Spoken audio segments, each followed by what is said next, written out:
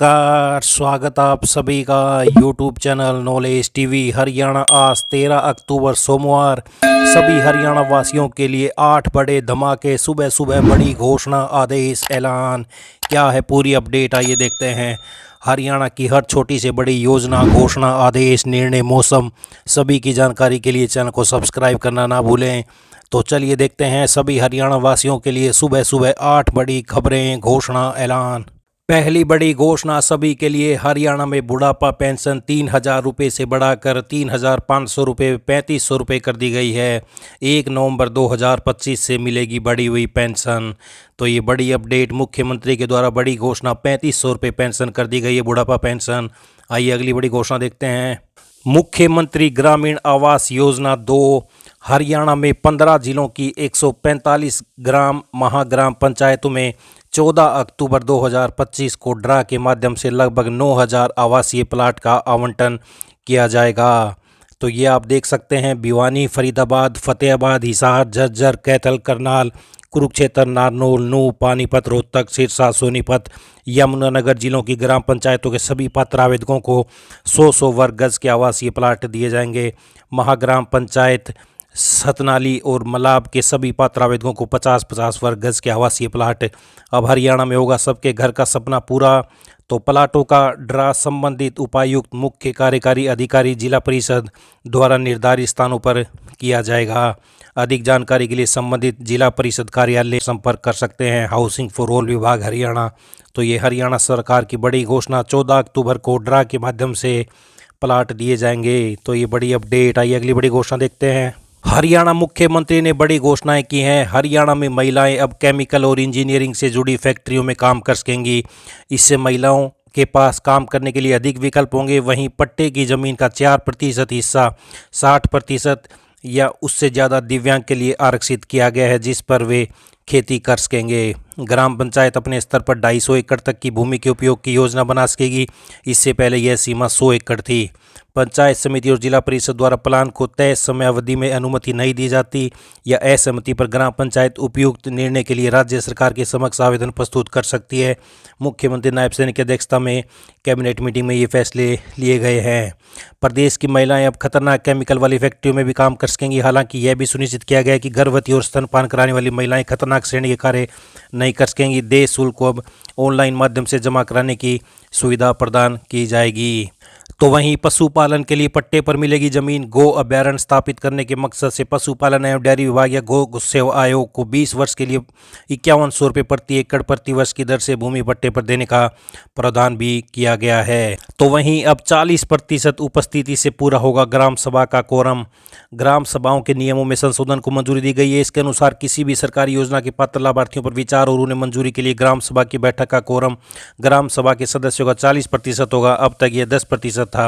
हालांकि पहली और दूसरी बैठक स्थगित होने पर इसके बाद की बैठकों में क्रमशः 30% और 20% से भी कोरम मान लिया जाएगा। सरकार का मानना है कि इससे न केवल पंचायत राज व्यवस्था में पारदर्शिता आएगी बल्कि उनकी कार्यप्रणाली में भी सुधार आएगा। तो हरियाणा में बड़ी घोषणाएं। आइए अगली बड़ी घोषणा देखते हैं। हरियाणा में अब छोटी गलतियों के लिए नहीं जाना पड़ेगा जेल। मंत्रिमंडल की बैठक में जन विश्वास अध्यादेश को दी मंजूरी। तो हरियाणा में अब छोटी गलतियां अपराध की श्रेणी में नहीं आएंगी। इन गलतियों को जेल जाना नहीं पड़ेगा बल्कि चेतावनी और सुधार का मौका दिया जाएगा। इससे राज्य में कारोबार करना भी आसान हो जाएगा। इसके लिए रविवार को कैबिनेट मीटिंग में हरियाणा जन विश्वास अध्यादेश 2025 को लागू करने के प्रस्ताव को मंजूरी दी गई है। तो ये बड़ी अपडेट सामने आ रही है। आइए अगली बड़ी घोषणा देखते हैं। हरियाणा सरकार ने वायु प्रदूषण पर रोक लगाने के लिए गैर एनसीआर जिलों में 1 साल तक ग्रीन पटाखों को छोड़कर सभी तरह के पटाखों पर पूर्ण प्रतिबंध लगा दिया है। अब किसी भी व्यक्ति या संस्था को पटाखों के निर्माण, भंडारण, बिक्री ऑफलाइन या ऑनलाइन और फोड़ने की अनुमति नहीं होगी। यह आदेश पर्यावरण व जलवायु परिवर्तन विभाग ने पर्यावरण संरक्षण अधिनियम 1986 की धारा 5 के तहत जारी किया। जिला प्रशासन और पुलिस अधिकारियों की ओर से आदेश को पूरे साल सख्ती से लागू करने के निर्देश हैं। तो 1 साल तक पटाखों पर पाबंदी। फ्लिपकार्ट, अमेजन पर ऑनलाइन बिक्री भी बैन। आइए अगली बड़ी घोषणा देखते हैं।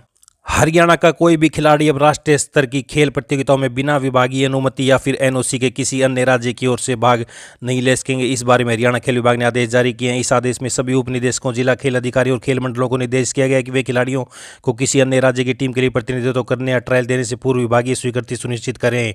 तो बिना अनुमति दूसरे राज्य से नहीं खेल सकेंगे खिलाड़ी राष्ट्रीय स्तर की खेल प्रतियोगिता में। आइए अगली बड़ी घोषणा देखते हैं। हरियाणा सरकार ने बड़ा फैसला लिया है। हरियाणा हाउसिंग बोर्ड के विलय का फैसला लिया गया है। सीएम नायब सैनी की अध्यक्षता में हुई बैठक में तय हुआ कि हाउसिंग बोर्ड को हरियाणा शहरी विकास प्राधिकरण HSVP के साथ विलय किया जाएगा। तो इस संशोधन के बाद शहरी विकास और आवास संबंधी कार्य सरल होंगे। तो मुख्यमंत्री के द्वारा बड़ा घोषणा। आइए अगली बड़ी घोषणा देखते हैं। अगर आपके पास ATM कार्ड नहीं है और अचानक कैश की ज़रूरत पड़ गई तो घबराएं नहीं। आपके फ़ोन में मौजूद UPI ऐप के ज़रिए आप बिना कार्ड के ATM से पैसा निकाल सकते हैं। तो क्या रहेगी प्रक्रिया? UPI अनेबल्ड ATM में जाएं, स्क्रीन पर UPI कैश विड्रॉल का विकल्प चुनें, अमाउंट दर्ज करें। आप जितना कैश निकालना चाहते हैं वह स्क्रीन पर टाइप करें और प्रोसीड का बटन दबाएं। स्क्रीन पर डायनामिक QR कोड दिखेगा, अपने UPI ऐप से स्कैन करें। आपको अपने जिस भी अकाउंट से कैश निकालना है उसे UPI में सेलेक्ट कर पिन एंटर कर दें। कैश संभालें। फ़ोन पर सक्सेस दिखते ही ATM कैश डिस्पेंस करेगा, इसे कलेक्ट करें। कैश न निकलने के बावजूद खाते से पैसे कट जाए तो बैंक में शिकायत करें। सामान्यतः 1-2 दिन में पैसे रिवर्ट हो जाते हैं। भीड़ भाड़ में कार्ड स्कीमिंग से बचने के लिए UPI ATM बेहतर विकल्प है। तो ये बड़ी अपडेट। आइए अगली बड़ी घोषणा देखते हैं। 30 तक वन स्कूल पोर्टल पर छात्रवृत्ति डाटा अपडेट करने के आदेश दिए गए हैं। छात्रवृत्ति वितरण की तैयारी तेज। निदेशालय ने कहा कि डाटा समय पर अपडेट न होने की स्थिति में पात्र विद्यार्थियों की छात्रवृत्ति वितरण प्रक्रिया प्रभावित हो सकती है, इसलिए सभी जिलों के शिक्षा अधिकारी इस कार्य को प्राथमिकता के साथ पूरा करें। विद्यालय शिक्षा निदेशालय हरियाणा ने राज्य के सभी जिला शिक्षा अधिकारियों को निर्देश दिए कि अनुसूचित जाति, पिछड़ा वर्ग A और BPL योजना के अंतर्गत पात्र छात्रों की दूसरी तिमाही की छात्रवृत्ति का data one school app portal पर 30 अक्टूबर तक अपडेट किया जाए। निदेशालय की ओर से जारी पत्र में कहा गया कि छात्रवृत्ति छात्रों की उपस्थिति के आधार पर दी जाएगी, इसलिए संबंधित विद्यालय प्रमुख यह सुनिश्चित करें कि 13 अक्टूबर से 30 अक्टूबर तक सभी पात्र छात्रों का डाटा समय पर पोर्टल पर अपलोड हो। पत्र में स्पष्ट चेतावनी दी गई, यदि किसी विद्यालय द्वारा उपस्थित संबंधित डाटा उपलब्ध नहीं कराया जाता है तो उसकी पूरी जिम्मेदारी विद्यालय प्रमुख की होगी। तो ये बड़ी अपडेट सामने आ रही है स्कूलों से संबंधित।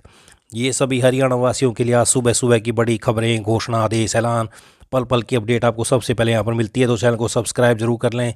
सब्सक्राइब करने के बाद घंटी का बटन जरूर दबाएं। घंटी का बटन नहीं दबाएं तो आपको अगली वीडियो का नोटिफिकेशन नहीं मिलेगा।